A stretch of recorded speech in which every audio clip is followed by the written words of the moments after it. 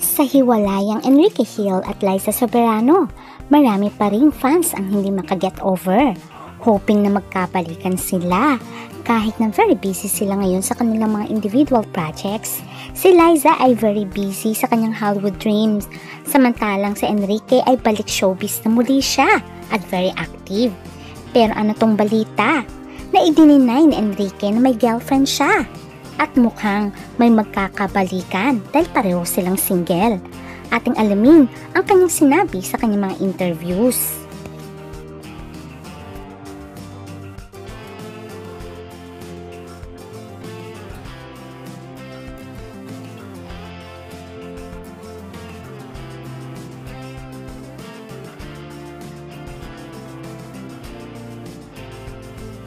Sino naman ba ang makakalimot sa love team ni Enrique at Liza Soberano na tinawag silang lisken ng mga fans? They began dating in 2014 pero inamin lang nila ang kanilang relationship year 2017. Sa tambalan ni Liza at Enrique, talaga namang blockbuster ang kanilang mga movies at nag-hit talaga ang kanilang mga series at teleseries. Marami rin silang endorsements. Isa sila sa A-lister ng ABS-CBN at talagang minahal ng masa. Saan man sila pumunta ay talagang napakasikat nila. Pero syempre, mas lalong naging masaya ang Lisken fans nang inamin nilang sila talaga ay magkarelasyon sa totoong buhay. Marami ang kinilig at talagang nag-wish ng mga fans na sana sila na habang buhay ang magmamahalan at mauwi ang kanilang relasyon sa kasalan. For sure, maraming fans ang magiging masaya sa kanila. Dahil nga going strong ang relasyon noon ni Liza at ni Enrique, syempre pati ang kanilang mga magulang at mga kamag-anak ay very close na rin sa isa't isa. Laging invited si Liza sa mga occasions ng Hill. Ganon din naman si Enrique. Pumunta pa nga ito ng Amerika para ma-meet ang mga kamag-anak ni Liza sa Amerika, especially sa site ng kanyang ina, at doon din nakatira ang lola at lolo ni Liza. At syempre makikita rin sa videong ito na talaga naman super very close ang pamilya at si Enrique minsan nagsiselebrate pa ng Christmas at New Year sa bahay ni Liza. Makikita dito na nandun si Enrique pati ang kapatid ni Liza. Minsan ay magkakasama pa ang parehong pamilya na nagbibigay ng regalo sa mga bata. O kita mo naman, very sweet talaga si Liza at Enrique at mapagmahal sila sa kanilang mga pamilya.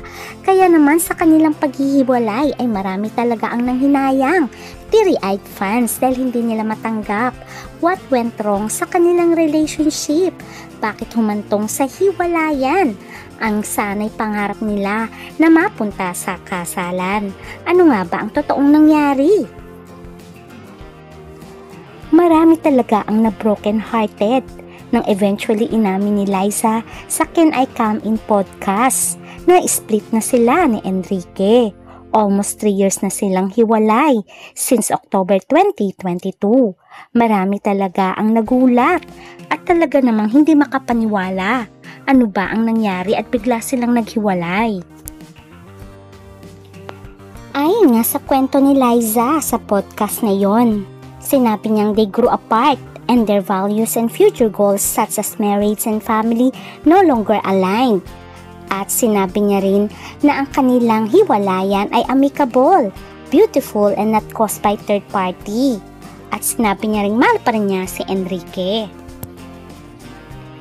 Ibig sabihin nun ay nais ni Enrique na magkapamilya na sila at magpakasal. Pero hindi pa handa si Liza dahil sa kanyang ambisyon na magkaroon pa ng karera sa Hollywood, which is unti-unti naman niyang natutupad dahil nagkaroon na rin siya ng pelikulang Lisa Frankenstein. Sa pag-abot ni Liza ng kanyang pangarap sa Hollywood ay hindi rin maiiwasan na ichinismis siya at inamin nga ni Ogie Diaz na may karelasyon nga daw si Liza. At ito nga ay walang iba kundi si Jeffrey O. Inamin ni James Reid na in-scam siya nitong si Jeffrey O ng milyong-milyong pera. At winarningan niya na si Liza na maghiwalay sila bilang manager. Ay dapat iwasan niya nga daw si Jeffrey O dahil nga sa may ugali ito at talagang may kaso na ito before pa ito pumunta ng Amerika. Matatandaan na si Liza pa nga ang tumulong sa kanya para hindi siya makulong sa Pilipinas. At lalong naging ugong-ugong ang balita na may rumored relationship ang dalawa dahil nga hawak-hawak pa nitong si Jeffrey O ang bag ni Liza sa Singapore kung saan ay kasama pala ito. Kaya dito na sinasabi na baka nga may relasyon ng dalawa at isa ito sa cause ng kanilang breakup kung saan ay may mga nagsabi nga din tulad ng Bea ng Reddit at ng X na talaga naman daw na itong si Jeffrey O ang isa sa pinagselosan nitong si Enrique Hill.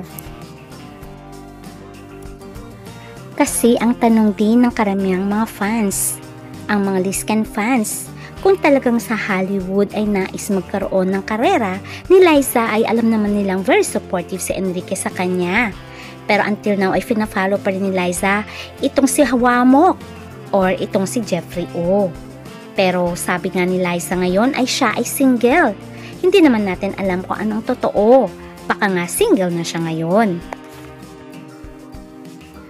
Kung si Liza ay nalink kay Jeffrey O, ito naman si Enrique ay nalink ngayon kay Andrea Brown na isang influencer. At ang malupit pa ay bata pa daw ito at wala pang 18 years old.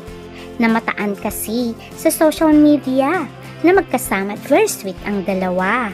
At meron pa nga silang TikTok dance. Kaya naman sabi nila, ano bang nangyayari kay Enrique? Bakit nga daw napakabata ang ipinalit kay Liza Soberano? Kaya ang tanong, totoo nga bang naging sila ni Andrea Brown? At itong kasagutan ni Enrique. Yung tanong, nachichismis ka sa content creator, totoo ba yun? Hindi. Friends. Friends lang kayo. Ay, TikTok lang. Yeah, TikTok lang. Ay, sumasayaw kayo, oha. Parang gano'n na, pero hindi yun. Kasi naging dance craze naman eh. Yeah, totoo. Sumisikat sa TikTok eh. Baka tinuruan niya sumayaw. So hanggang doon lang. Yes. Friends lang po. O diba at least inamin niya na at sinabi niyang friends lang sila ni Andrea Brown. Kaya naman ang mga Liscan fans ay masaya dahil parang yeah, I mean, I don't close doors, you know. I'm open to anything, you know, to talking, hanging out.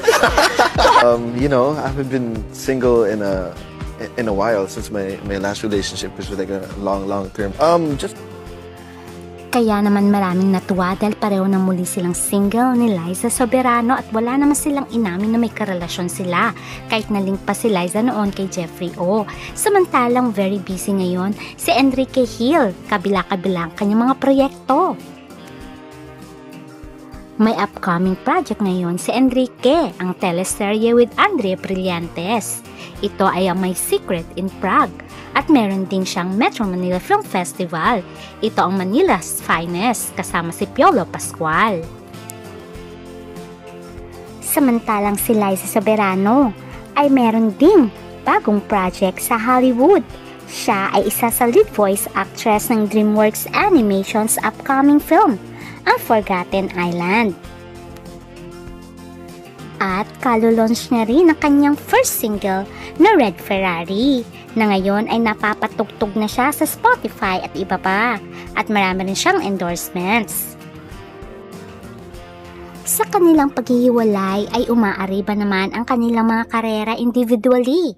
Si Liza ay nasa Amerika at busy siya sa kanyang Hollywood dream at the same time mga endorsements. Ganon din naman si Enrique sa Pilipinas kung saan na isa na rin siyang producer. At hindi lamang yun, marami rin siyang endorsements at the upcoming films and projects. Kaya naman ang mga wish ng mga fans kay Liza, sana matupad talaga ng buong-buo ang kanyang pangarap sa Hollywood. Samantalang si Enrique biniro kung magdi-date ba daw siya. Sabi niya ay wala pang panahon, siguro by 2026. Pero syempre ang wish pa rin ng mga fans, sana magkabalikan na lang sila. Total naman, mahal pa rin nila ang isa't isa. Although hiwalay na nga si Enrique at Liza, sa totoong buhay ay nag-hold on pa rin ang Lisken fans. Kasi unang-una ay friends pa rin naman sila sa kanilang social media platforms. At ang mga larawan at videos nila ay meron pa naman sa kanilang mga individual accounts. Kaya umaasa pa rin ang Lisken na magkakabalikan ang dalawang ito. For the meantime, let's support Enrique and Liza in their individual projects and hoping one day makita natin talaga silang muli na mag-collaboration na tulad ng sinabi nila noon na nais nilang mag-collab sa isa't isa. At itong ating aabangan. Hanggang sa muli, please don't forget to like, share, and subscribe. Bye! Stay safe!